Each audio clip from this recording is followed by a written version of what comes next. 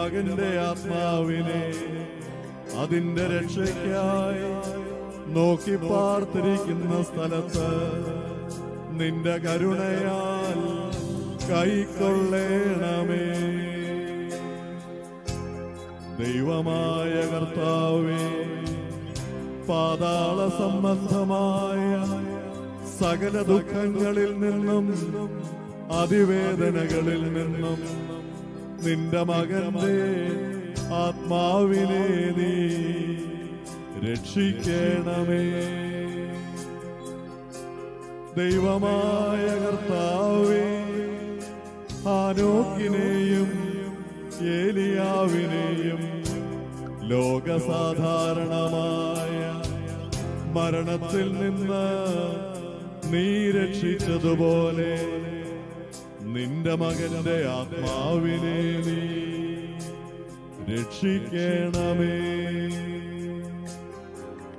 ദൈവമായ കർത്താവേ, ജലപ്രളയത്തിൽ നിന്ന് നോഹിനെയും അവന്റെ മക്കളെയും നീ രക്ഷിച്ചതുപോലെ ഈ നിന്റെ ആത്മാവിനെ നീ രക്ഷിക്കണമേ.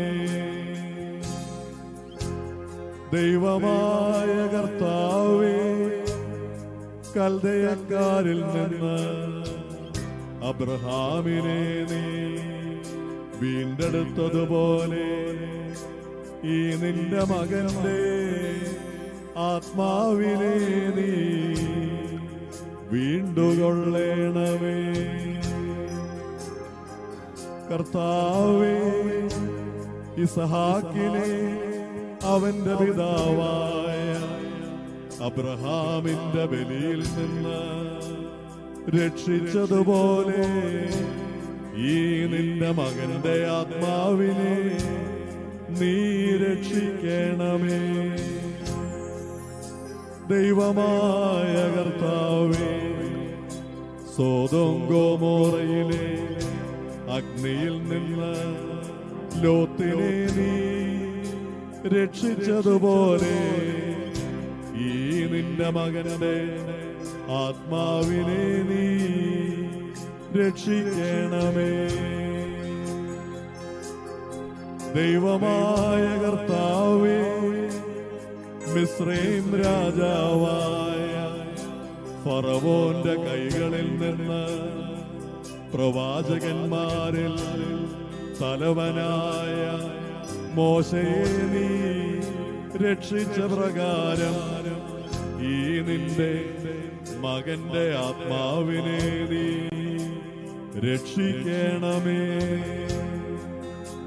ദൈവമായ കർത്താവേ, എരിയുന്ന തീച്ചൂളയിൽ നിന്ന് ഹാനനിയ, ആസറിയ, മീശായേൽ എന്നീ പൈതങ്ങളെ നീ വീണ്ടുകൊണ്ട പ്രകാരം ഈ നിന്റെ മകന്റെ ആത്മാവിനെ നീ രക്ഷിക്കണമേ. ദൈവമായ കർത്താവേ, സിംഹക്കുഴിയിൽ നിന്ന് ദാനിയേലിനെ നീ രക്ഷിച്ച പ്രകാരം ഈ നിന്റെ മകന്റെ ആത്മാവിനെ നീ രക്ഷിക്കണമേ.